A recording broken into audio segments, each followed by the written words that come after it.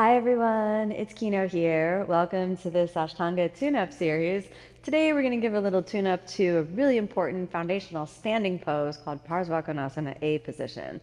This extended side angle pose is a perfect balance of strength and flexibility. And if you understand how to work this asana with a keen awareness of muscular activation as well as release, this will set you up for success in so many other deep hip flexion and external rotation postures in the practice. Okay, so let's take a look at this. First, let's start off in Samastitihi, and then traditionally we take a relatively wide step out to the side. So we inhale and step out to the side, and then we want to kind of get the distance of about the length of one of our own legs.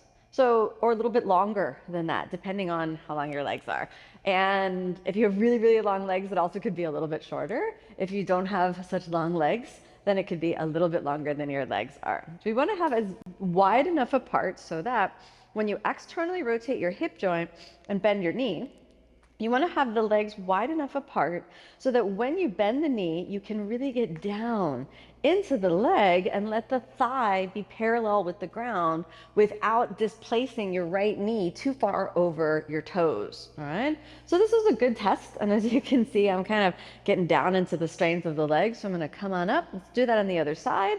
Find your external rotation. And we're just checking the distance right now. Then we bend down, and then as you bend down, you'll notice there's another asana that's kind of hidden in here. So we have the legs of warrior two, and then, which, the arms are straight in warrior two. I was just kind of kidding there. And then we have that kind of deep external rotation. So let's just pause and look at what's happening with the legs.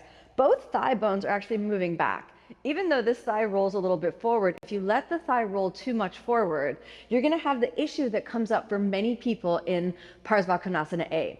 Many people will roll that thigh bone forward and then end up in kind of a forward fold, which is where I am right now. And this sets you up more for a different asana, like we're kind of rolling forward and we can almost get down into a lunge. Fine as a transition, but if we're preparing for Parsvakonasana or extended side angle pose, we want to think about rolling that thigh bone back. So you can keep your pelvis open, we can keep the rib cage open, then you can fold into your external rotation. Step number one in Parsvakonasana is just to get the foundation of the legs. Then let's come on up. All right, I'm gonna step my legs together. And what you may notice is that this is very hard work for your legs. So I'm gonna use the assistance of a chair so that we can spend a good amount of time kind of talking about the dynamics of the asana. And this is a great